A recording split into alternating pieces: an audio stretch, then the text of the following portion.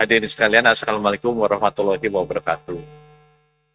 Jadi pada hari ini saya dan Pak Brian ingin menyampaikan penjelasan mengenai perbaikan-perbaikan yang akan kita lakukan berdasarkan kejadian-kejadian yang berulang terjadi mulai dari Semarang, Bandung, Jakarta, Manado, dan Medan terkait dengan para peserta program pendidikan dokter spesialis atau PPDS. Hal-hal yang terjadi terus-menerus ini benar-benar sangat memprihatinkan dan kami menyesalkan sekali kejadian-kejadian yang berdampak bukan hanya kepada bagi peserta didik, tapi juga terutama bagi masyarakat semua.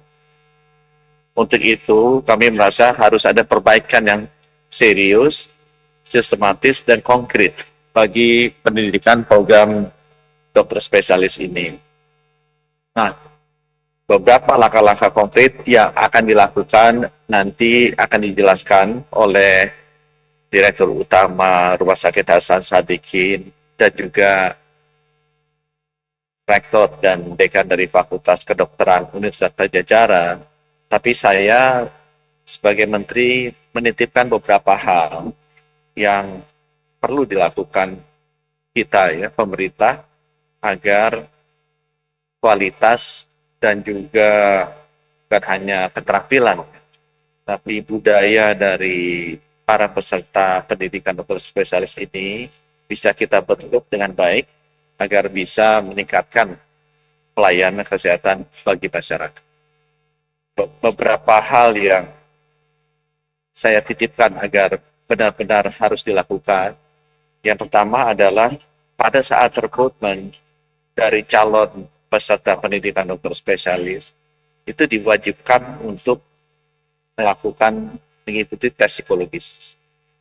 Sehingga dengan demikian kita bisa mengetahui kondisi kejiwaannya dari bersangkutan untuk bisa melakukan pendidikan ini dan nantinya akan bisa melayani masyarakat dengan sebaik-baik.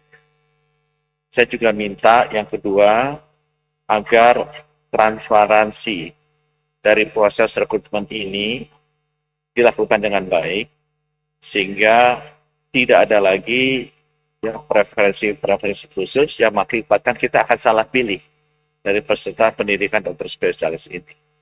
Kami juga ingin memastikan bahwa afirmasi bagi putra-putri daerah yang masih kekurangan dokter spesialis kita lakukan. Karena kita sudah hampir 80 tahun mereka, distribusi dokter spesialis ini selalu bermasalah. Karena memang kebanyakan yang masuk adalah bukan yang berasal dari tempat-tempat yang akan perlu diisi. Sehingga perlu sekali afirmasi bagi putra-putri daerah untuk mengisi formasi dokter-dokter spesialis yang banyak sekali kosong di kota-kota di luar Jawa. Yang kita ingin dipastikan, saya titip yang ketiga, adalah kami banyak mendengar bahwa pendidikan dokter spesialis yang dilakukan di rumah sakit itu tidak dilakukan langsung oleh konsulennya, tidak dilakukan langsung oleh gurunya, tapi dilakukan oleh seniornya, oleh kakak kelasnya. Sehingga ini tidak benar-benar memberikan kualitas yang kita inginkan, dan baik dari sisi keterampilannya maupun dari budaya kerja. Di negara-negara lain di seluruh dunia, pendidikan dokter spesialis ini dilakukan oleh konsulennya. Dan ini yang kita lihat perlu perbaikan, dan itu harus disertai juga dengan logbook yang digital yang menggambarkan bahwa benar-benar konsulennya lah yang mengajar para dokter-dokter muda ini, bukan senior, bukan chiefnya ya. Yang saya dengar banyak sekali yang ngajar ini malah bukan konsulennya, tetapi senior.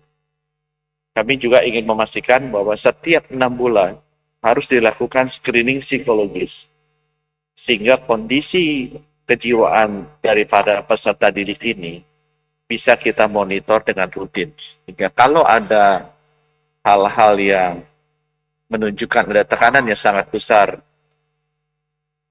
di mental mereka, bisa kita identifikasi dengan lebih dini. Terkait dengan pelayanan di rumah sakit, saya juga meminta agar disiplin jam kerja bagi para peserta didik ini